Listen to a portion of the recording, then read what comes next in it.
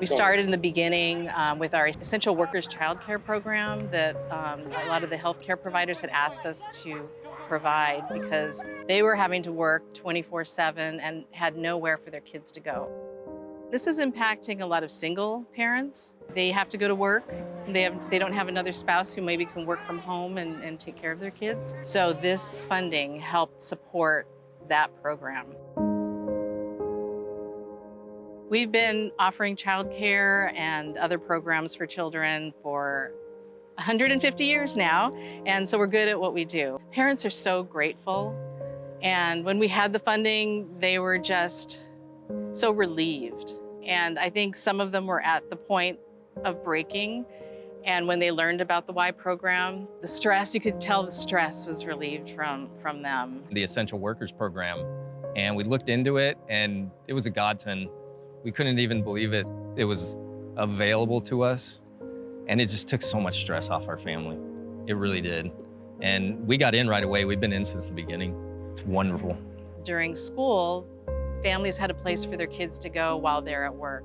And we were able to monitor them on the computer so that they don't miss their classes and help them with their tech support. And the funding also helped with equipment that we needed to upgrade our Wi-Fi so that we could do the learning centers. The staff that's taking care of that group of children will have their class schedules. So they make sure that each student is signing in when they need to, and when they have their lunch break, that they take their lunch break and then they go back to class. There's small groups, so they're able to monitor that small group, and there's several groups that each staff person's responsible for. Not to say that it isn't hectic at times, and trying to keep, kids' masks on all times and, monitor their energy level, but when school's out, then after school, they have physical activities that they get to do at the Y too.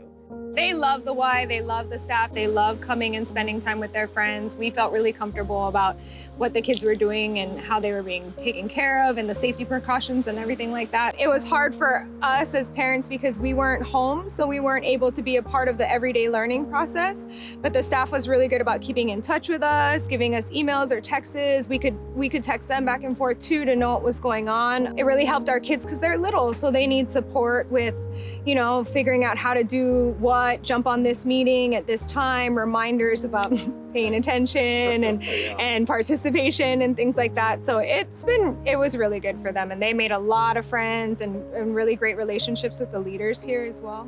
The distant learning that is going on with the YMCA program is definitely successful.